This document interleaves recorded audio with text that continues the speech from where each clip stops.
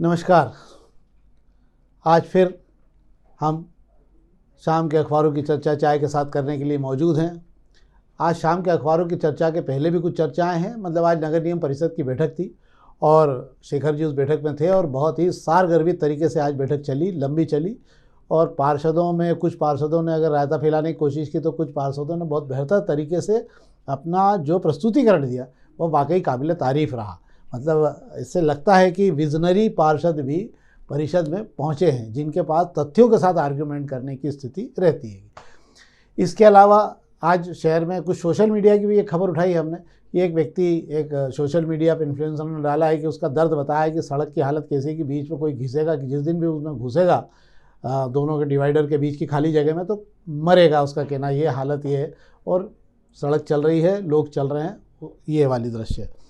पर हम सबके पहले खबरों में आज शुरू कर लेते हैं। हम आज प्रभात किरण से खबरें शुरू करते हैं। हम प्रभात किरण की खबरें उठा लेते हैं हम। तो प्रभात किरण की खबरों में आज जो महत्वपूर्ण खबरें, आज एक ये निश्चित रूप से बहुत अच्छा लिखा है आनंद भारती ने। आज मैंने कोई महान फिल्म नहीं बनाई पर व्यक्ति बहुत महान था। श्याम बेनेगल जी को हमारी तरफ से श्रद्धांजलि भी। और उनकी बनाई हुई फिल्में जो है वो यहाँ मील का पत्थर सिद्ध हुई। उन्होंने उन तमाम नए उन कलाकारों को साथ लेकर फिल्में बनाई थी जो वाकई उस टाइम पे एक नए प्रयोग में कोई उलझना नहीं चाहता था। तो श्याम बेनेगल ने एक नया प्रयोग करके एक नए फिल्म की रचना फिल्मकारों के लेकर नई फिल्मों के आने का रचना का मार्ग तय किया था। तो ये हमारी तरफ श्रद्धांजलि। अब इसके बाद में आज ये एक बड़ी खबर है कि बड़े अस्पताल में सड़क बनाई। पीडब्ल्यूडी का काम है। मतलब आप देखिए सड़कों की हालत कैसी कि बनाने के बाद भी वहीं की वहीं पड़ी हुई हैं सड़कें। और आईडीए ने 94 करोड़ का तकादा किया। कुमेड़ी का वो चालू होने वाला है, उसको लेकर बसों को लेकर आज बैठक हैगी। और बाकी खबरें सब सामान्य जो दूसरे अखबारों में भी है। तो हम पहले इन पर बात कर लें। एक तो आईडीए ने फिर 94 करोड़ का तकादा कर लिया कि पेट नहीं भरा क्या? पैसे पहले लिए तो थे। आईडीए ने नहीं, नगर निगम ने आईडीए से 94 करोड़ रुपए का तकादा किया। संपत्ति कर का वो पैसा मांगा है जो इस आईडीए की विभिन्न योजनाओं से नगर निगम को लेना है। क्योंकि पिछले दिनों जो लोक अदालत लगी थी तब नगर निगम की तरफ से जो हिसाब आईडीए को दिया गया था उसमें एक चूक कर दी गई थी। वो चूक में 41 करोड़ रुपए का एक अमाउंट जो है आईडीए ने पहले चुकाया था नगर निगम को, उसको एडजस्ट नहीं किया गया। इस वजह से उस समय के जब हिसाब करने अफसर बैठे थे तो नगर निगम की किरकिरी हुई थी। उल्टा आईडीए ने कह दिया था कि 26 करोड़ रुपए तो हमारे निकलते हैं आपके ऊपर। तब इस गलती को सुधारने के लिए नगर निगम के अफसर बैठे हैं, रात दिन एक करी। अपर आयुक्त नरेंद्र पांडे की इस पर किरकिरी भी हुई थी। महापौर और कमिश्नर नाराज भी हुए थे। जिसके बाद पूरी योजनाओं का हिसाब अगर निकाला गया जिसमें टीपीएस की सारी जमीनों को छोड़ दिया गया है, फिलहाल उसका टैक्स नहीं मांगा गया है। जो योजनाएं आईडीए की अभी चलन में है उनसे नगर निगम ने 94 करोड़ रुपए का टैक्स मांगा है कि अभी इतना पैसा चाहिए हमें, 31 तारीख तक जमा करा दें, नहीं तो 5% सरचार्ज लग जाएगा। देखिए आप, एक बड़ी बात रही इतना बारीकी से हिसाब कर जो संपदा अधिकारी वो नहीं निकाल पाया। बड़ी बारीकी से शेखर बाकुरा जी ने इस खबर में हिसाब पूरा निकाल लिया। मानना पड़ेगा, बड़ा बारीक नज़र रखी आपने इस खबर के अंदर। हिसाब पूरा लिखा हुआ है, इसमें जर्रे जर्रे का हिसाब है इस खबर में। एक खबर ये वाली भी जो है यार, लोक निर्माण विभाग ने जो है बड़े अस्पताल की एक सड़क बनाई, बोलते रोते झीकते बना दी घीस घास के, पर अभी वही मिट्टी वहीं पड़ी, गिट्टी वहीं पड़ी है। क्या है पीडब्ल्यूडी को कि काम की जवाबदेही है कि नहीं इन लोगों की यार? ये जिस सड़क की बात की जा रही है कंचन बाग को बड़े अस्पताल से मिलाने वाली सड़क है। इस सड़क पर ज्यादा लोगों की आवाजाही नहीं होती है, लेकिन बड़े अस्पताल के बाहर के एबी रोड पे जब ट्रैफिक का लोड होता है तो ज्यादातर लोग बड़े अस्पताल से अंदर से होकर कंचन बाग की तरफ इसी रोड से आते हैं। और मुझे लगता है इस रोड की शुरुआत ही गलत मुहूर्त में हो गई। पहले तो इस रोड को गड्ढे कर करके छोड़ दिया गया, कई दिनों तक सूद नहीं ली गई, लोग परेशान होते रहे। अब जैसे तैसे बन गई तो मिट्टी और उसका मलबा उठा नहीं रहे और लोग आज भी धूल मिट्टी से परेशान है। ये बड़ी दुखद स्थिति यार। काम चालू होने के बाद आम आदमी की तकलीफ कोई नहीं देखना चाहता है। अब हम पत्रिका की बात कर लेते हैं। पत्रिका में एक साल भर के पूरे प्रोजेक्ट के हाथ में लिए नगर निगम का उसका हिसाब किताब दिया है।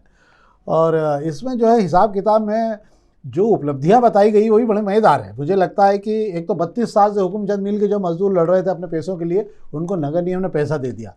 ये बड़ी बात है। ये नहीं रखा है कि कोर्ट के आदेश से 32 साल बाद दिया है ना, एक बड़ी बात ये भी हो जाती है। दूसरा ये करबला मैदान पे जो है ज़मीन पर वक्फ बोर्ड से केस जीत का तो कब्जा कर लिया। ये भी बहुत बड़ी खबर है कि अपने आप में कि देखो आप कोर्ट के आदेश से कब्जा किया आपने, है ना। पर आप समझिए कि जो नहीं हो पा रहे हैं, जो काम महीनों से और सालों से चलते रहते हैं, जिन कामों का उसका कोई ब्यौरा इसमें नहीं है। और मुझे ऐसा लगता है कि नए साल में कुछ उपलब्धियों के लिए लिखाया ज़रूर है इसमें। एक तो 100 नई electric bus door to door, electric जो है कचरा गाड़ियाँ जो है डोर टू डोर आएंगी। और MR10 से MR12 के लिंक रोड के लिए भी 43 करोड़ की लागत से होगा। अब ये हो जाएगा क्या इस साल, ये सब काम हो भाई जाएगा? साहब ये सारे प्रोसेस के काम हैं। इस साल जो ये 2023 के बाद जो 24 आया, 23 में जो टेंडर की प्रोसेस हुई थी उसके 24 में काम शुरू हुए, 24 में जो योजनाएं बनी उसके टेंडर गए, अब उसके काम शुरू हो रहे हैं। कुछ काम तो आज की मंजूरी आज की परिषद बैठक में हुई है। वाह, ये भी अच्छी बात है। एक और खबर है आखिरी के पेज पे, ससुराल में हुई दामाद की जमकर पिटाई। ससुराल जाने की जरूरत क्या थी, हो तो पिटाई तो कहीं भी हो जाती है। दामाद होने का मतलब थोड़ी ससुराल में पिटाई नहीं होगी। ये भी विचित्र बात है, खबरें हैं अपने आप में, क्या कर सकते हैं। जिसकी पिटाई जहाँ होना उसको कौन रोक सकता है भाई। कोई मार खाने के लिए ससुराल थोड़ी लगती है किसी को भी। अब खबरें अग्निबाण की भी देख लेते हैं। अग्निबाण की खबरों में आज तो जन्मदिन ही बन रहे हैं बहुत सारे। अग्निबाण पढ़ता हूँ तभी मेरे को पता लगता है किस किस के जन्मदिन आ गए हैं। एक तो शहर में अब 31 तारीख को होटलों ने अगर किसी प्रकार के आयोजन के टिकट बेचे तो उन पर टैक्स नगर निगम टैक्स वसूलेगा।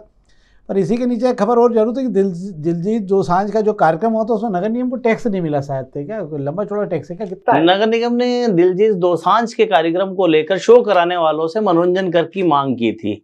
और मुझे बड़ा अच्छी बात आते हुए आपको एक वो होगा कि ये नगर निगम को याद भी आ पाई है दिलजीत दोसांझ के कार्यक्रम के, हमको मनोरंजन कर लेना चाहिए। वहां से सबक ले ली, पैसा नहीं दिया है, एफआईआर कराने की तैयारी कर रहे हैं शो आयोजकों पर। और दूसरा जो अपने वसूली अमले को कह दिया है कि 31 तारीख को और नए साल में जितने भी जश्न के प्रोग्राम होंगे उन सारी होटलों पे धावा बोल दो और उन्हें बता दो कि प्रोग्राम जश्न मनाया तो टिकट के बदले हमें टैक्स देना होगा। हाँ, ये अच्छी बात है। पर एक बात वही बात, नगर निगम में सबका मनोरंजन करती रहती है। बताओ, दिलजीत का कार्यक्रम खत्म हो गया तब वो मनोरंजन की बात कर रहे हैं यार। नगर निगम का भी काम है। हाँ, एक खबर जरूर इसमें शेखर जी अपन बात करते हैं कि राशि जमा कराते ही योजना क्रमांक 100 एकड़ की विवादी जमीनों पर कब्जे शुरू हो गए हैं। ये अपना प्राधिकरण में 5 लाख रुपए, 5 लाख से ज़्यादा जो है राशि जमा हुई है। 5 करोड़ की 5 लाख रुपए, 5 करोड़ रुपए की, 5 करोड़ से ज़्यादा, 5 करोड़ रुपए से जरा गलत लिखा गया थोड़ा। ये 5 करोड़ रुपए की राशि जमा हो गई है और 5 करोड़ 84 लाख रुपए की राशि जमा हुई है। और उसके बाद में ज़मीनें संस्थाओं को देना शुरू कर दी। आपने कल बताया था कि 2 संस्थाओं के पैसे एक संस्था ने भर दिए हैं। तो ये तो संस्थाओं के बीच बड़ा आपसी सामंजस्य रहता है। ज़मीनों का मामला है, करोड़ों की ज़मीनें, पर ये विवादित जमीन और कब्जे कैसे शुरू हो रहे हैं यार? ये भाई साहब जिन्होंने जमा अपनी कतरा पैसा जमा करके जो आशियाना के लिए जमा पूंजी से प्लाट खरीदा था, वो लोग बरसों से अटके हुए थे। अब जैसे ही खुशी लग रही है कि प्लाट मिलने वाले हैं, पैसा जमा करते ही कूद पड़े मैदान में। अब उस मैदान में हो यूं रहा है कि जिनके पास बड़े बड़े प्लाट की रजिस्ट्री है वे तो कब्जा तुरंत कर रहे हैं, छोटे प्लाट वाले जगह ढूंढ रहे कोना खोपचा कि मेरा कहाँ है प्लाट। अभी ये प्लाट लेने भी बड़ा विवाद मुझे लगता है कि होने वाला है। इसमें एक और चीज़ हो रही है कि यह क्या हुआ है कि एक हज़ार फीट के जैसे 10 प्लाट किसी ने खरीद ली, रसीदें संस्थाओं से खरीद रखी। अब वो 10 प्लाट पे कब्जा करने पहुंच रहा है। संस्था भी सोचती है अच्छा कब्जा कर लें तो बाद में तो खाली करानी है, जिससे जैसा भी होगा जो खाली कराएगा वो भी पैसे देगा। तो ये संस्थाओं के ये ज़मीनों के खेल, यहाँ पर अगर किसी को लग रहा है कि वो अपनी ज़मीन प्लाट पालेगा कोई गरीब आदमी, तो मुझे संभावना कम दिखती है। पर ज़मीन के शहर के बड़े माफिया हैं जो माने हुए हैं, जिनने करोड़ों की ज़मीनें घेर रखी है, उन्होंने अपनी ज़मीनें इस योजना में बड़ी आराम से और बड़े तरीके से सुरक्षित कर ली और वो अपनी ज़मीन निकाल रहा है। और अभी मुझे लगता है कि ज़मीनें छूटने के बाद भी संस्थाएं किसी को सदस्य को ज़मीन दे दे, ये बहुत बड़ी बात होगी शेखर जी इसमें। एक और ये कि इंदौर में 100 लाडली उद्यमी बहनों को जो है वो नहीं मिल पा रहा है, महिला क्लस्टर नहीं बन पा रहा है। ये बड़ी दुखद स्थिति है इसमें। और एक तीसरी खबर ये है यार कि रूस और यूक्रेन का जो युद्ध चल रहा है उसको लेकर अभी तक जो है इस मामले में कुछ कार्रवाई नहीं हो पाई है और वो पक्षी नहीं आ पा रहे बेचारे, प्रवासी पक्षी। तो ये भी क्या युद्ध में लग गए क्या, कि डर गए क्या? ये युद्ध में नहीं लगे हैं, इसीलिए जो कि विदेशों में एक ही देश में 2 युद्ध नहीं हो रहा है। रूस और यूक्रेन के अलावा इजराइल पे हमले हो रहे हैं, हमास में झगड़े चल रहे हैं। दुनिया में काफी देशों में युद्ध जैसे हालात हैं, डर का माहौल बहुत। और उनके वहां पे जिस तरीके से हालात बने, उसके बाद 2 साल की एक स्टडी बता रही है कि हमारे देश में, हमारे इंदौर की बात करें, सिरपुर तालाब हो गया, वेटलैंड एरिया हो गया, जहां पर विदेशी मेहमान पक्षी आते थे, वो खास करके इन ठंड के दिनों में आते थे। उन्होंने इधर का रुख करना बंद कर दिया, या तो वे रास्ता भटक गए हैं या वे डर के मारे शायद निकल नहीं पा रहे हैं। हाँ, ये बात भी सही होती है कि पक्षी भी समझते हैं कि जहाँ युद्ध के हालात होते हैं, धमाके की आवाज़ों के कारण जो है पक्षी भटक जाते हैं और बहुत बार फिर वो मारे डर के उस मार्ग पे आना बंद कर देते हैं। पर ये बड़ी दुर्भाग्यपूर्ण स्थिति होगी कि ये प्रवासी पक्षी सुकून के लिए यहाँ आते थे और हम भी जब उनको देखते थे हमें बड़ा आत्मिक सुकून मिलता था। ये दोनों चीज़ों से हम बाहर हो गए, ये बड़ा विचित्र मामला है। और बाकी खबरें तो सब सामान्य खबरें हैं। अब हम दोपहर की खबरों की बात कर लेते हैं। मैं दोपहर की पहले पेज की खबरों की बात करूंगा आपसे। वित्त मंत्री जी ने 55वीं जो जीएसटी काउंसिल की बैठक हुई उससे बड़ा विचित्र निर्णय लिया। एक और लगा दिया पॉपकॉर्न के ऊपर 3 प्रकार का टैक्स। ये बड़ा, और ये वसूल कैसे होगा ये मेरी समझ में नहीं आ रहा हैगा। ये क्या मजाक है ये अपने आप में कि पॉपकॉर्न में अगर आपने ठेले से या कहीं जाके लिया और मसाला आपने उसमें मिला के लिया है तो आपको देना पड़ेगा 5% टैक्स। और यदि मसाले के साथ में उसको पैक कर दिया, उसने थैली के अंदर पैक कर दिया, उसके ब्रांड लग गया, तो फिर आपको देना पड़ेगा 12% टैक्स। और यदि उसके अंदर थोड़ी शुगर उगर भी डल गई तो आपको 18% टैक्स देना होगा। तो ये एक बड़ी मुसीबत होगी कि अब आप कभी टाकिज वाकिज में जाएं तो पॉपकॉर्न अलग से ले लें, क्योंकि 100 रुपये का पॉपकॉर्न लिया तो 18 रुपये आपके अलग से चले जाएंगे, उसमें एक आध समोसा आ सकता है आपका, तो आपको ये ध्यान देना पड़ेगा। और ये इस प्रकार के जीएसटी को लेकर वित्त मंत्री जी बहुत ट्रोल हुई हैं। किसी एक ट्रोलर ने उस पर लिखा भी कि आने वाले समय में ऐसा लग रहा है कि यदि आप पानी एक बार में पिएंगे तो 5% लेगा, घटाघट पीना शुरू कर दिया तो 12% लेगा, और ढोल के पिया आपने तो 18% तक टैक्स आपको देना। ये तो मुझे ऐसा ही लगा आपकी बात को सुन के कि ये तो ऐसा ही हो गया कि आपने पान पाव में नमक डाला तो भी महंगा हो जाएगा और शक्कर डाली तो और महंगा हो जाएगा। आप अपने घर से लेके जाओ ये सब चीज़ों के लिए आपको खाना है। तो एक और बात, हम विश्व की 5वीं अर्थव्यवस्था बनने की बात कर रहे हैं, ये बात बहुत समझने की है कि सरकार अपना खजाना बहुत तेज़ी से भरने के लिए टैक्स कहाँ से वसूल हो सकता है उस पर पूरी ताकत लगा रही है। और जिन देशों ने टैक्स वसूल करके अपने आप को बहुत मजबूत करने की कोशिश की, उन देशों की हालत भी आपको बता देता हूँ। जापान में सरकार तो सक्षम होती गई पर लोग गरीब होते चले गए, और आज हालत ये हो गई थी कि वहाँ 10,000 से ज़्यादा, एक साल में 10,000 से ज़्यादा उद्योग दिवालिया हो गए। उसका कारण ये हुआ कि मांग की भारी कमी होती चली गई जापान में। और उसके बाद ये हुआ कि जो नए युवा थे, 29 साल के तमाम युवा जिनको रोज़गार की जरूरत थी, उनको रोज़गार न मिलने के कारण, जैसे हमारे यहाँ लोगों ने कर्ज उठाना चालू करा, अनसिक्योर्ड लोन क्रेडिट कार्ड पे उठा लेते हैं ना हम लोग, जो 1-1, 2-2 लाख रुपए, वहाँ ऐसे 1-1 लाख डॉलर के कर्ज उठाएंगे। और वो कर्ज उठाने वाले बच्चों की हालत ये कि अब वो पैसे नहीं भर पा रहे हैं। तो डिफ़ॉल्ट की संख्या इतनी ज़्यादा हो गई है जापान में कि अब वो जब वसूली के लिए दबाव बनाया जा रहा है तो वो तमाम युवा जो हैं आत्महत्या के लिए, और इस साल रिकॉर्ड आत्महत्याएँ हुई है युवाओं की जापान में। ये समझने की बात है कि सरकार को अपना खजाना भरने से पहले आम आदमी की संपन्नता का ध्यान रखना चाहिए। आज इस देश में दुनिया का सबसे महंगा पेट्रोल है, हम सबसे महंगा पेट्रोल खरीद रहेंगे और डीजल खरीद रहेंगे। जबकि प्राइवेट कंपनी जियो 3 रुपये सस्ता पेट्रोल आपको इस देश में दे रही है। क्यों दे रही है? इसलिए दे रही है कि 3 रुपये सस्ते पेट्रोल से वो कमा रही है 15 रुपये लीटर प्राइवेट कंपनियों को, सरकारी कंपनियां, पर सरकारी कंपनियां 1 रुपये भी रियायत देने को तैयार नहीं है। सोचिए, समझिए इस बात को कि हम कहाँ खड़े हुए हैं, इस पर सबको ध्यान देने की ज़रूरत है। अब हम दूसरे पेज की खबर की बात कर लेते हैं कि निजी स्कूल पर हम नहीं ले सकेंगे परिवहन फीस। निजी स्कूल जितने भी हैं जो अलग से आपसे गाड़ियों को जो पैसे लेते हैं, अब वो ये वार्षिक फीस के साथ ये जुड़ेगी और उसके साथ ही आपको देना होगी।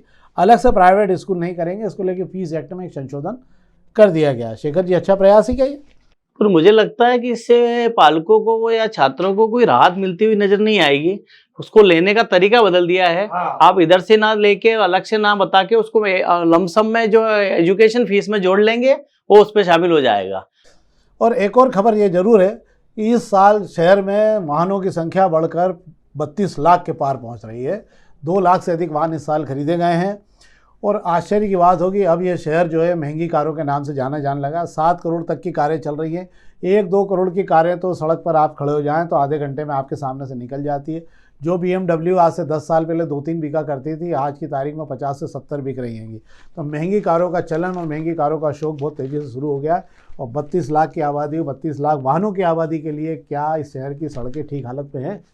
मुझे लगता है कि ये शहर की संपन्नता की निशानी है। सड़कें भले उस काबिल हो ना हो, कम से कम कारें तो बढ़ रही है, कारों का कारवा बढ़ रहा है और महंगी कारों का बढ़ रहेगा, सस्ती का नहीं बढ़ रहा है। तो ऐसा लगता है कि ये शहर जो है पैसे वालों का शहर बनता जा रहा है, सक्षम शहर बनता जा रहा है। ये भी अच्छी बात है हमारे लिए कि हम सक्षम शहर के नागरिक हो गए हैं। स्वच्छ शहर के तो हम थे ही। अब हम बात कर लेते हैं शेखर जी राजनीतिक चर्चा पे। आज चर्चा के मामले में केवल नगर निगम की बैठक पर हम चर्चा करेंगे। बड़ी सारगर्मी चर्चा को लेकर कितने घंटे चली है बैठक को? ये चली सुबह 11 बजे से लेकर शाम को 4:30 बजे। 4:30 बजे तक ये बैठक चली। 12 बजे 5-5.5 घंटे बैठक चली और बड़े ही इस तरीके से चली। महापौर भी बधाई के पात्र है कि उन्होंने बहुत तसल्ली से बात सुनी, पार्षदों की बात सुनी और अपने पक्ष दिए। कुछ पार्षदों का जिनकी कोई विषय पे स्टडी नहीं रहती, वो किस प्रकार की हरकत करते हैं वो बड़ा दुखद है। पर कुछ पार्षद ऐसे हैं जिनको जब मौका मिलता है उनका प्रस्तुतिकरण ऐसा होता है कि सुनने वाले भी वाह करते हैं कि यार क्या बात है, क्या तर्क किया है। आज प्रतिपक्ष नेता चिंटू चौकसे ने भी आज जो है बेहतर तरीके से, बड़े धैर्य के साथ में और बड़ी विनम्र भाषा के साथ में शायद अपना प्रस्तुतिकरण किया। क्या रहा सीन वहाँ? आज की परिषद बैठक में सबसे चीज अच्छी रही कि परिषद बैठक पूरी चली, पिछली बार कांग्रेसियों ने जो गलती की थी मुझे लगता है उसमें सुधार किया है, और इस बार उन्होंने एक अच्छे माहौल में बहस की है। ठीक है, विरोध इधर एक दूसरे पे आरोप प्रत्यारोप लगते हैं, पर अच्छी बहस हुई है। फिर बात करें अच्छे मुद्दे रखने वाले पार्षदों की बात करें तो कांग्रेस की तरह से सोनीला मिमरोड हो गई, यशस्वी पटेल हो गई, ये इतनी अच्छी तरीके से इन्होंने बात रखी कि इसको महापौर जी ने भी सराहा। अब बात करें भाजपा में, अगर मैं बात करूं, भाजपा में कुछ सीनियर पार्षद देंगे जिनको अनुभव है काफी, राजन राठौड़ हो गए, बबलू शर्मा जी हो गए, राजेश उदावत जी हो गए, किस तरीके के पार्षद है, इन्हें मालूम है कि बात सुननी है और कब जवाब देना है। कुछ पार्षद ऐसे हैं जो बेवजह कूदते हैंगे। महेश बसवाल अभी पहली बार के पार्षद बने हैं और कुछ आता नहीं है, उसके बावजूद भी जितना आता है उन्हें, अरे विषय की जानकारी लो उसके बाद बोलो, ऐसे बात कर ले, फिर ये गिरा जाते हैं। ऐसे प्रशांत बड़वे इतने सीनियर व्यक्ति होने के बावजूद राजनीति के मामले में कमजोर हैं, जहां नहीं बोलना चाहिए वहां कूद जाते हैं और फिर किरकिरी करा के नीचे बैठना पड़ता है। तो ये सारी चीजें भी आज हमने को देखने को मिली आज की परिषद बैठक में। ये बड़ी दुखद स्थिति रहती है। मेरा ये मानना रहता है कि ये ऐसे लोग जब ये सदन ही कहलाता है अपने आप में, किसी भी सदन में जब आप जाते हो तो आपका बोला हुआ ही आपका प्रस्तुतिकरण, आपका व्यक्तित्व बताता है। इसलिए मेरा ये मानना रहता है किसी भी राजनेता के लिए बहुत जरूरी होता है कि जब वो सार्वजनिक जीवन में प्रस्तुतिकरण दे तो बहुत धैर्य, सहजता के साथ और आंकड़ों के साथ बात करें, ताकि बाकी लोगों को भी लगे कि यार क्या उदाहरण दिया इस आदमी ने, ये होना चाहिए। ये तो होती बात। एक आखिरी में हम आज सोशल मीडिया की खबर और ज़रूर उठा रहे हैं हम आपसे। हाँ, हमारे संपादक जी माधव जी से, वीडियो एडिटर से भी आग्रह करेंगे कि कृपा करके जो है उस वीडियो को दिखाएं। उस व्यक्ति ने इंदौर को लेकर एक दर्द प्रस्तुत किया है कि क्या हालत है सड़कें बनाने के बाद में बीच में खुद ही पड़ी है। अगर कोई मर जाए, किसी का सिर फूट जाए तो हम ये जो जितने लोग हैं शहर में उनको कोई अंतर नहीं पड़ता, पर उसे अंतर पड़ता है जो अपने परिवार बहुत कुछ खोता है। तो इस वीडियो को भी जरूर देखिएगा, 30 सेकंड का वीडियो है ये, हम चाहेंगे कि आप उसे दिखाएं। नमस्ते जी, इस वक्त हम लोग खड़े हुए हैं डी-मार्ट के सामने, कनाड़िया रोड पर जो डी-मार्ट है उसके ठीक सामने इस वक्त हम लोग खड़े हुए हैं। आपको एक बहुत अजीब गरीब सी चीज दिखाता हूँ। आप देखेंगे तो ये मेन रोड है, मेरे सामने ये मेन रोड है और यहाँ पर आप देखेंगे गड्ढा। ये यहाँ पर जो लोग रेगुलरली रहते हैं वो जानते हैं यहाँ पर पहले डिवाइडर हुआ करते थे। मेरे सामने आप गड्ढा देख रहे हैं, उस डिवाइडर को हटाया गया। मजेदार चीज ये है इस डेवलपमेंट की, पहले यहाँ पर जो डिवाइडर बना था वो हमारे टैक्स के रुपए से बना था, उसके बाद उसको तोड़ने के लिए जो रुपया लगा वो भी हमारे टैक्स का रुपया लगा है, और टूटने के बाद में भी मैं बहुत लंबे समय से अवॉइड कर रहा था कि मैं ये वीडियो नहीं बनाऊंगा, मैं अवॉइड कर रहा था, लेकिन मुझे मजबूर कर दिया। डी-मार्ट और गड्ढे की स्थिति देखेंगे आप, ये गड्ढा इतना गहरा है कि मेरे दोनों पैर इसमें चले जाते हैं। और ये गड्ढा से क्या हो सकता है, इससे बहुत बड़ा किसी का एक्सीडेंट हो सकता है। तो डेवलपमेंट जी किन शर्तों पर हो रहा है, तो मौत का कुआं है। अगर आपको गाड़ी चलाना आती है तो चला लीजिए। अब इसी के बाद में मैं आपसे फिर आज इस कार्यक्रम के समापन में आग्रह करूंगा कि इस कार्यक्रम को बनाते हुए हमें काफ़ी आज 20-22 दिन हो रहे हैं, हम धीरे धीरे प्रयास कर रहे हैं, लोग बहुत तेज़ी से हमसे जुड़ भी रहे हैं। हम आपसे फिर आग्रह करेंगे कि इस कार्यक्रम के और बेहतर बनाने के लिए कृपया आपके सुझाव दें, अधिक से अधिक लाइक करें और इस कार्यक्रम को अधिक से अधिक मित्रों तक पहुंचाने की कोशिश करें, ताकि इसका बेहतर प्रतिसाद हमें भी मिले और आपको भी बेहतर तरीके से जानकारी मिल सके। बहुत बहुत धन्यवाद।